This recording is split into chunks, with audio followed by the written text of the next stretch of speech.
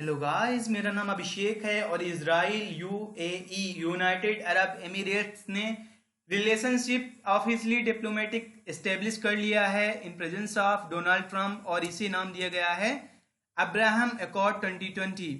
तो इसे अब्राहम नाम क्यों दिया गया है एंड इसका इम्पैक्ट क्या होगा और क्यों कुछ countries like Turkish countries and Pakistani like countries क्यों खफा हैं एंड उनका मकसद क्या है कि ऐसे किसी भी एक्शन में बीच में हस्तक्षेप करने का। A lot to know, a lot to discuss, but before we begin दोस्तों हम बात करना चाहेंगे इसराइल के स्टार्टिंग स्टेब्लिश के बाद कैसा उनका मैप चेंज हुआ एंड क्या कंट्रोवर्सी रही उसके बेसिक्स के बारे में। तो दोस्तों होता ये है कि एस्टेब्लिशमेंट होता है इसराइल का 14 ऑफ मई 1948। ये कुछ कंट्रीज द्वारा रिकॉग्नाइज किया गया, जितनी भी कंट्रीज हैं सभी ने रिकॉग्नाइज नहीं किया। फिलहाल दोस्तों कितनी कंट्रीज अभी इसराइल को रिकॉग्नाइज करती हैं, यहाँ पे आप देखेंगे जो ग्रीन कंट्रीज हैं ये इसराइल को रिकॉग्नाइज करती हैं, और उसके अलावा ये जो कत्था कलर है, ये जो डार्क कलर है, ये ईरान का है। और इन्होंने 1979 77 समथिंग तक इन्होंने रिकॉग्नाइज किया, लेकिन जब यहाँ पे रिवोल्यूशन हुआ, आंतरिक विद्रोह हुआ, उसके पश्चात इन्होंने मानने से मना कर दिया, इसराइल को रिकॉग्नाइज करने से मना कर दिया।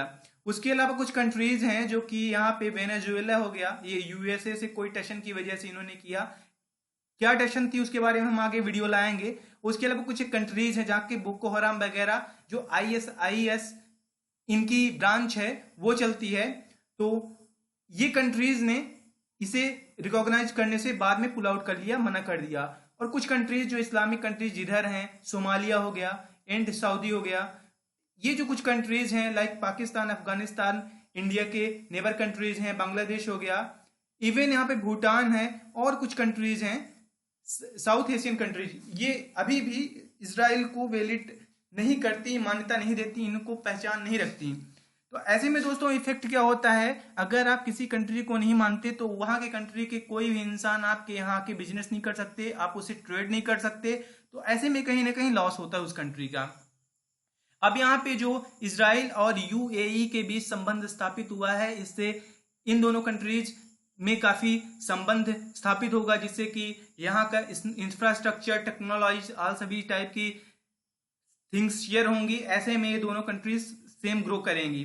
लेकिन दोस्तों यहाँ पे एक बड़ी न्यूज ये है कि जो एर्डोगान है तुर्किश प्रेसिडेंट, उन्होंने बोला है कि हम यूएई से, यूनाइटेड अरब एमिरेट्स से सारे के सारे डिप्लोमेट्स हम खत्म करेंगे जितने भी रिलेशंस हैं।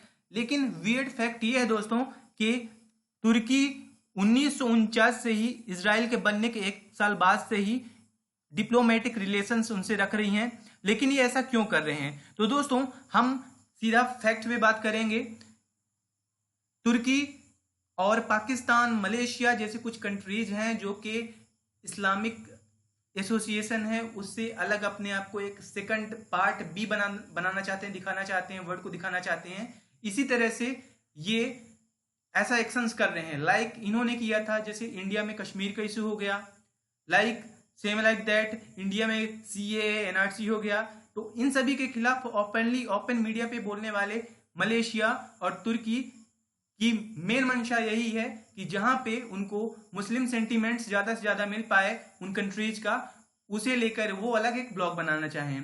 सेम यही हुआ था दोस्तों मलेशिया के साथ और तुर्की के साथ, और पाकिस्तान का जो भी मंच रहता है ये आपस में सपोर्ट करते हैं। सेम अभी हुआ है इसराइल के साथ, यूएई ने जब डिप्लोमेटिक रिलेशन इनसे जारी रखा तो इन्होंने उससे नाता तोड़ने की बात करी। अब दोस्तों यहाँ पे अब्राहमिक अकॉर्ड का जो हमने बात किया, तो अब्राहम जो अकॉर्ड है, तो अब्राहम रिलीजन के अंदर का 3 आते हैं, मतलब इससे ब्रांच निकली है जो रिलीजन्स की, वो 3 फैथ बिलीव करते हैं अब्राहम पे, एक क्रिश्चियनिटी, इस्लाम, तीसरा ज्यूज जो हैं, यहूदी जो हैं, और वहीं पे सेकंड हो जाता है जो इंडियन रिलीजन्स अपन लोग फॉलो करते हैं, उनमें हो जाता है बौद्धिज्म, जैनिज्म, सिखिज्म एंड ये जितने भी हिंदुइज्म रिलीजन्स हैं।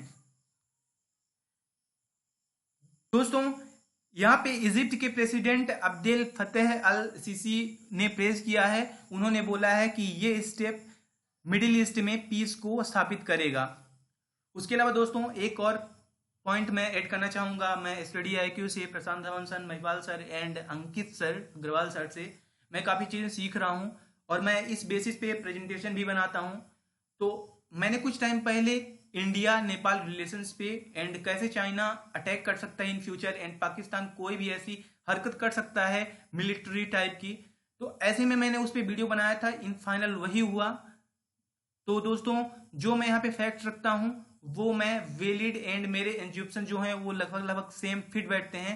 मैंने वो इसलिए डिलीट किया था क्योंकि काफ़ी लोगों के सेंटीमेंट्स हर्ट हो रहे थे और आगे से मैं ऐसी वीडियोस तो लाऊंगा, लेकिन मैं पूरा ध्यान रखूंगा किसी के सेंटीमेंट्स कोई हर्ट ना हो, लेकिन जो मेरे अनुसार सही लगता है, जो कि डेटा बोलते हैं, जो मेरी स्टडी एनालिसिस बोलती है, मैं यहाँ पे पुट करूंगा। अगर आप मेरी बातों से इत्तेफाक रखते हैं नहीं रखते, आप उसे कमेंट करिए, वीडियो को लाइक करिए एंड शेयर करिए।